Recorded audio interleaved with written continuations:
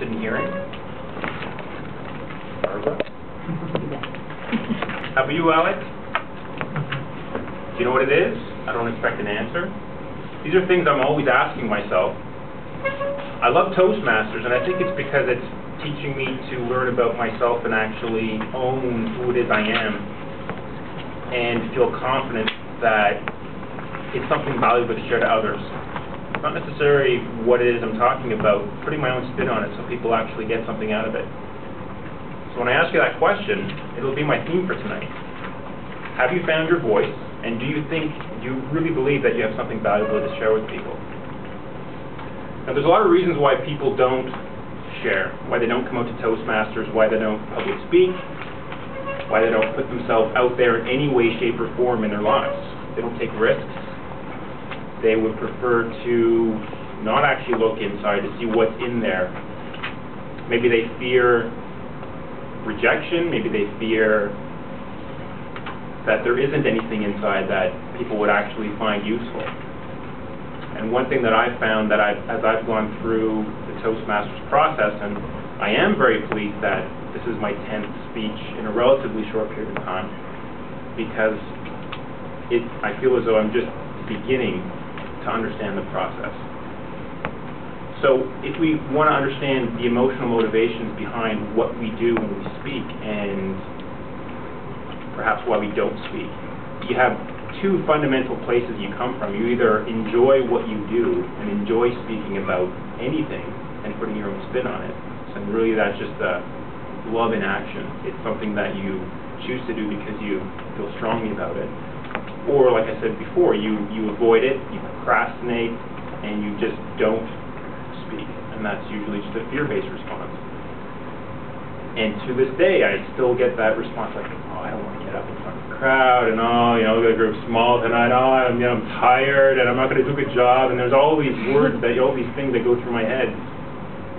And yet, when I leave the meeting, I'm always exhilarated, whether I have a big speaking role or not, and it keeps me coming back. So this whole love-hate theme that we have going on tonight. I think that what's important to do to help us master this and to keep us going is to have some mentoring, like Barbara was saying, and also to have some inspirations from people outside of us and realize other people have found their voice and have made a difference in the world, and that's something perhaps in your own way you can see through in your own. So, excuse watching in front of the screen. James Earl Jones is an interesting example. I haven't read his biography, but I have read a short story of how he came to start his career as a speaker. It said that when he was in school, he started to do a lot of reading, and because he was a stutterer, I didn't realize that he had a speech impediment, and nobody would think that. I'm not sure if you know some of the things that he's done. He's, of course, well known for his speaking role in the Darth Vader role in Star Wars. He was Mufasa in The Lion King. He was the voice of Sid. This is CNN. He's a fabulous stage actor. He's done a lot of Shakespeare, and he's got the deep baritone voice that is said to be one of the most recognizable voices in entertainment. So he was a stutterer, and he was in high school, I believe, and he wrote a poem one day. And this astute English teacher of his realized that he was working on himself, and he took a gamble, and he intentionally said, I think you plagiarized this. And it stated in his biography that it was a matter of principle for him, and to prove it to him, under the challenge of the English teacher, he had to stand up and recite it from memory on the spot.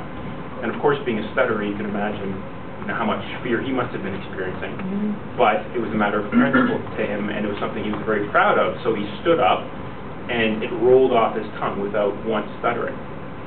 So it wasn't like a miraculous cure of his stuttering, but it was a breakthrough, and he managed to work through that to become one of the most well-known voice actors and actors in entertainment. So briefly, other examples. Oprah Winfrey, has she found her voice? Yeah. Barack Obama. Yes. Change. And a fantastic orator. I just chose a few examples that came to mind. Gandhi, I don't think he set out to do what he did, but he ended up leading a nation out of bondage with the vision of peaceful resistance. Now these next two, not that I'm a huge opera fan necessarily.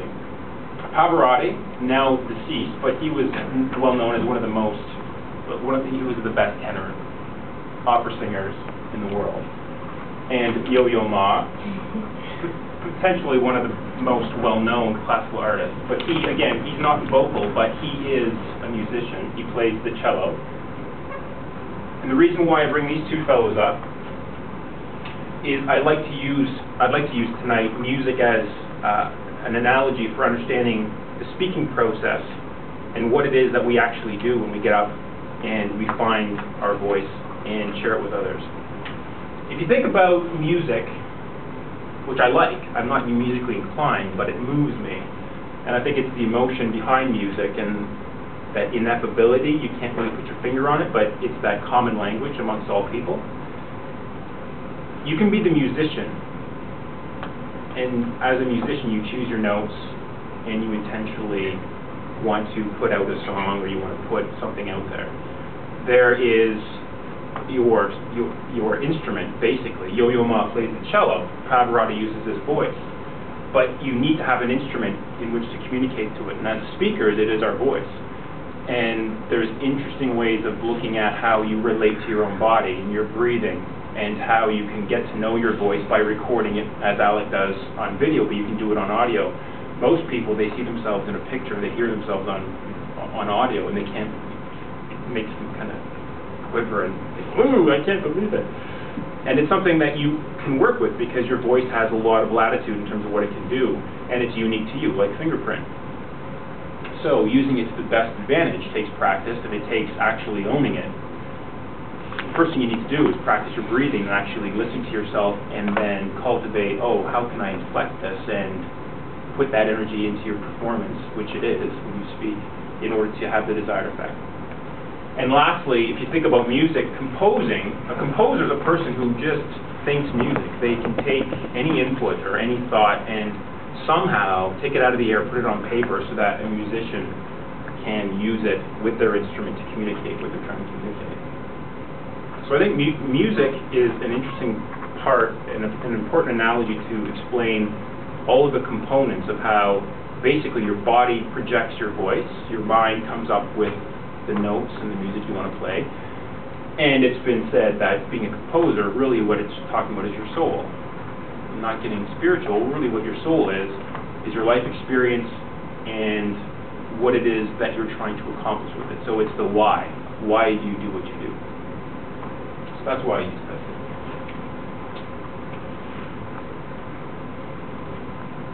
Now, really in finding your voice, I wanted to focus on what is it that you think is important or valuable that you have to say.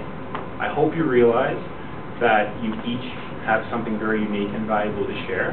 It doesn't matter what your style, your sex, your age, your occupation. So having the courage to overcome your fear and to actually connect with that and share it in any way you can, I think is a benefit to everybody in this room, and especially if you take it outside this room. I've already talked about how I want you to come from a place where you enjoy what you do. I'm finally starting to feel like I'm coming to a place where I actually enjoy getting up and speaking. I feel like I can play with it a little bit more and experience it and enjoy the process. So focus on what you love to do and use that in your speaking. Look to others for inspiration. I'm sure you can find some in your own life, perhaps in your family, from TV.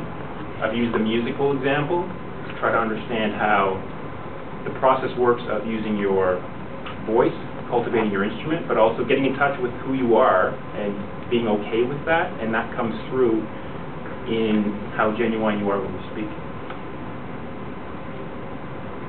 So, don't die with your music still in you.